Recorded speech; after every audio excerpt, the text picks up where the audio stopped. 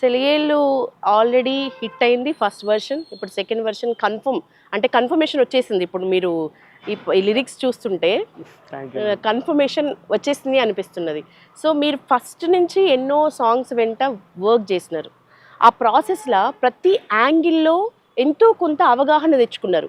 ఇది ఎట్లా సాధ్యమైంది? ఒక సాంగ్ వెనకాల ఉన్న ప్రతి యాంగిల్లో, ప్రతి జాన్రాలో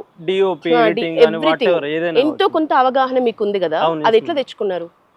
బై ప్రాసెస్ మేడం. ఇప్పుడు ఒక పాట కంపోజ్ చేయడానికి ఫస్ట్ ట్యూన్ నుంచి స్టార్ట్ అవుతుంది. ఒక ట్యూన్ క్రియేట్ చేసి దాని మీద లిరిక్స్ రాసుకొని ఒక మ్యూజిక్ డైరెక్టర్కి ఇస్తే ఆయన మ్యూజిక్ని కంపోజ్ చేసేసి దాని తర్వాత సింగర్స్ని తీసుకొని దాని తర్వాత అవుట్పుట్, దాని తర్వాత షూటింగ్, దాని తర్వాత ఎడిటింగ్, దాని తర్వాత పోస్టింగ్ అని యూట్యూబ్. సో ఇంత లెంతీ ప్రాసెస్ ఉంటుంది ఒక పాట మనకు బయటికి రావడానికి. సో జర్నీ ఇట్లా ఒక పాటతో జర్నీ ఒక ప్రొడ్యూసర్ అండ్ డైరెక్టర్ ఇద్దరు చేస్తారు. అవును, అంటే ఎంటైర్ టోటల్ సాంగ్ అయిపోయి. సో మ్యూజిక్ డైరెక్టర్ మ్యూజిక్ ఇస్తే అతని పని అయిపోతుంది, లిరిక్స్ ఇస్తే అతని పని అయిపోతుంది, యాక్టర్కి యాక్టింగ్ చేస్తే అక్కడతో పని అయిపోతుంది. బట్ ఒక డైరెక్టర్కి అండ్ ప్రొడ్యూసర్కి మాత్రమే స్టార్టింగ్ లిరిక్స్ ట్యూన్ నుంచి మొదలు పెట్టుకుంటే ఎండ్ వరకు దాని రిజల్ట్ వరకు, ఆఫ్టర్ రిజల్ట్ తర్వాత కూడా ప్రొడ్యూసర్ డైరెక్టర్ అనే వాళ్ళు ఉంటారు. కాబట్టి బై ప్రాసెస్లో ఇక నేను ప్రొడ్యూసింగ్ నేనే, డైరెక్టర్ నేనే కాబట్టి మొత్తం స్టార్టింగ్ టు ఎండింగ్ వరకు ఒక కంప్లీట్ ఒక అవగాహన.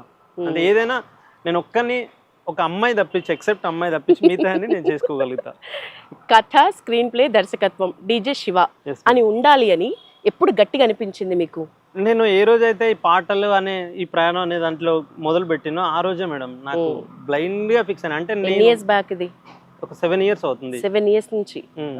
సో ఇప్పుడు నాకు నియర్ బై 9 lakhs సబ్స్క్రైబర్స్ ఉంటారు. అవును, నా పేరు మీద ఉంటుంది ఛానల్. అవును, 9 lakhs ఉన్నారు.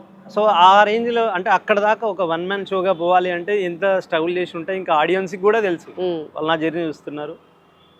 ఇక నేను ప్రతిదీ చేసేది కూడా పోస్ట్ చేసుకుంటేనే వస్తా. ఇది నా కష్టం. మీకు నచ్చితే చూడండి, నచ్చకపోతే ఏం ప్రాబ్లం ఉందో చెప్పండి, మళ్ళీ నేను మార్చుకొని మళ్ళీ ఇంకో కంటెంట్తో వస్తా అనేది ప్రతి వీడియోకి, ప్రతి కంటెంట్కి నేను చెప్తూనే ఉంటాను. ఆ డౌన్ టు ఎర్త్ ప్రతి వర్డ్లో కనిపిస్తుంది. ఈవెన్ కొన్ని సాంగ్స్లో కూడా కనిపిస్తుంది మీ విషయంలో. మీరు వర్క్ చేసిన సాంగ్స్ అన్నిట్లలో మీ ఫేవరెట్ చాలా ఉంటాయి ఆబ్వియస్లీ. ఇది నిజంగా మంచి క్వశ్చన్ కాకపోయినా ఒక టాప్ 3 అంటే ఏం చెప్తారు? ఇన్ని సాంగ్స్ లో మొత్తం ఎన్ని సాంగ్స్ అయ్యి ఉంటాయి ఇప్పటి వరకు? అంటే 100+ ఉంటాయి మేడం సాంగ్స్. బట్ అందులో ఒక టాప్ 3 అంటే ఏం చెప్తారు? టాప్ 3 అంటే ఫస్ట్ స్టార్టింగ్ లో మేడం 3-4 years బ్యాక్ నల్ల మబ్బులోన అని ఒక సాంగ్ రిలీజ్ చేసినాం. సో అది 1 day 1 million అప్పట్లో ఒక 4 years back 1 day 1 million. So ఇది నియర్ బై ఇప్పుడు 70 millions ఉంది. అది ఫస్ట్ నా ఛానల్ కి కొన్ని డబ్బులు తెచ్చిచ్చింది ఆ పాట. ఓకే, అదొకసారి పాడరా. రావని తెలిసిన రమ్మని పిలిచేటి పిచ్చోడినే నేను ఇయ్యాల, గోగు పూలు తెచ్చి గోరు ముద్దలు పెట్టి వెన్నెలొస్తుందంటే నమ్మాలా, నల్ల మబ్బుల్లోన తెల్లంగా మెరిసేటి సందామామా, నా గొంతుకు బిగిసిన ఉరితాడునే తెంపి వెళ్ళిపోవమ్మా. సో ఇలా ఉంటది. లవ్ ఫెయిల్యూర్ ఉంటే ఏడవాలా ఇంకా శివ? చాలా అంటే డెప్త్ ఉంటాయి మేడం. యాక్చువల్ నాకు లిరిక్స్ నెక్స్ట్ లైన్ లో కూడా చాలా డెప్త్ ఉంటది. ఓకే, నెక్స్ట్ సాంగ్ ఏంటి? టాప్ 2 లో వచ్చేసి చిలక పచ్చ చీరగట్టి అని బాగా హిట్ అయింది కదా. అది బాగా హిట్ అయింది అది కూడా. సో అందులో యాక్టింగ్ కూడా నేనే చేసిన. చూస్తున్నా నేను. అది పార్ట్ 2 రెడీగా ఉంది.